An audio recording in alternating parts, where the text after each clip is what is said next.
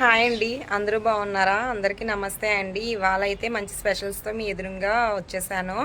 ఇవాళ అయితే పీతల కర్రీ అయితే చేశానండి. ఇవాళ అది రెసిపీ అనేది మీకు చూపించేస్తాను. వచ్చేయండి ఫ్రెండ్స్, ఎవరు కూడా స్కిప్ చేయొద్దు, చూసేయండి. చాలా టేస్టీగా అయితే వచ్చింది. ఫస్ట్ మనం ఒక 2 ఆనియన్స్ని కట్ చేసుకొని ఒక 4 మిర్చీస్ని కూడా మిక్సీలో వేసుకొని పేస్ట్ చేసేసుకుందామండి. ఫస్ట్ ఒక ప్యాన్ పెట్టేసుకుందామండి. దాంట్లోనే మనం సరిపడినంత ఆయిల్ వేసుకుందాము.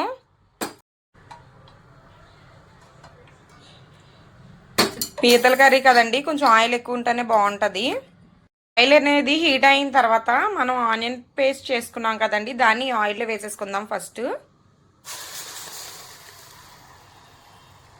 ఈ ఆనియన్ పేస్ట్లోనే మనం కొంచెం కరివేపాకు అయితే వేసుకుందామండి.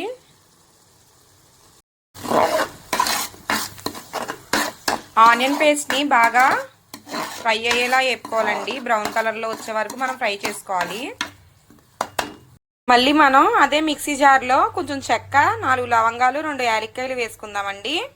అయితే ప్రిపేర్ చేసేసుకుందామండి. ఇగోండి, ఒక స్పూన్ ఏమో గసగసాలు కూడా వేసుకుందాము.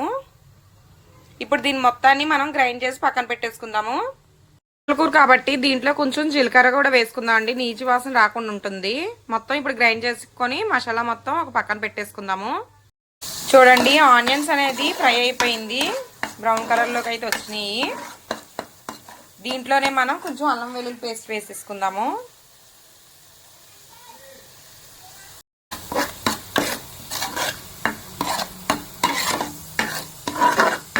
ఈ అల్లం వెల్లుల్లి పేస్ట్ కూడా మనకి బాగా ఫ్రై అయిపోవాలండి.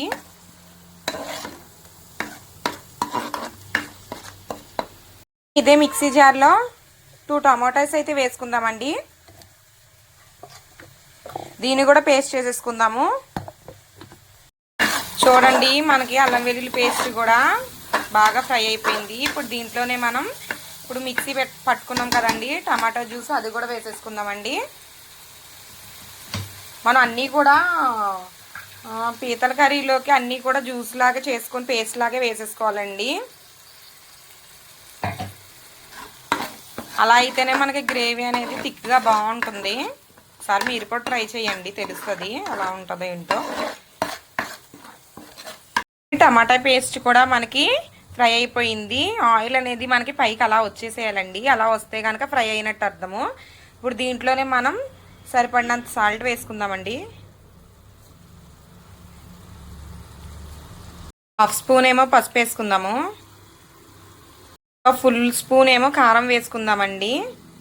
ఇంకా స్పైసెస్ కావాలనుకున్న వాళ్ళైతే ఇంకా ఎక్కువ వేసుకోవచ్చు.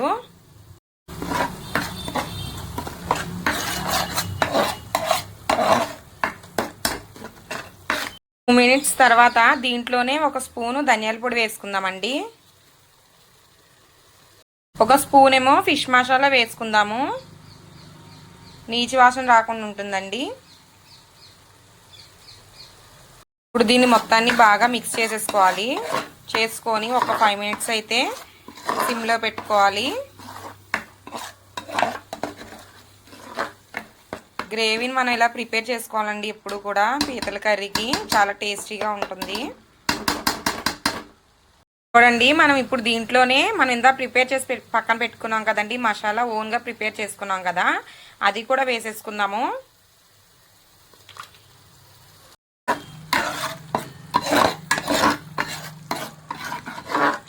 ఒక్కసారి పీతల కర్రీని అయితే ఇలా చేసుకున్నారంటే మళ్ళీ మళ్ళీ వదిలిపెట్టండి, మళ్ళీ మళ్ళీ చేసుకోవాలనిపిస్తుంది.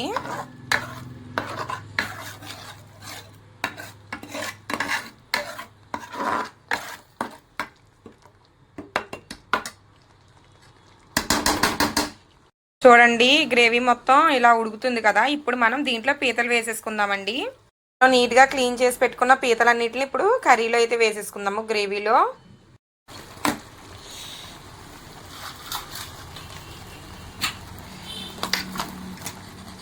ఇప్పుడు ఈ గ్రేవీ మొత్తం పీతలు పట్టేలాగా కలిపేసుకోవాలి. హై ఫ్లేమ్లో పెట్టుకోండి పీతలు వేసిన తర్వాత.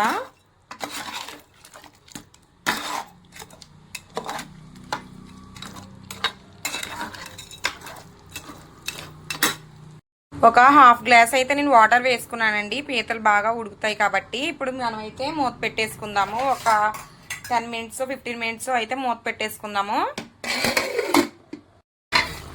చూడండి ఫ్రెండ్స్, 15 నిమిషాల తర్వాత పీతలు అయితే ఉడికిపోతున్నాయి. ఆల్మోస్ట్ ఉడికిపోయే ఉంటాయి. ఒకసారి అయితే కలిపేసుకుందాం.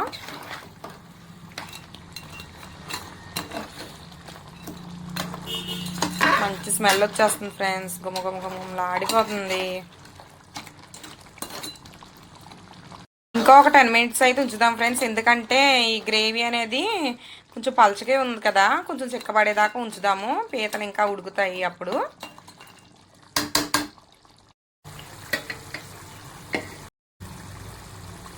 చూడండి ఫ్రెండ్స్, కర్రీ అయితే అయిపోయింది. లాస్ట్లో మనం కొంచెం కొత్తిమీర వేసేసుకొని కర్రీని అయితే దింపేసుకోవాలి. చాలా టేస్టీగా అయితే వచ్చింది. ట్రై చేయండి మీరు.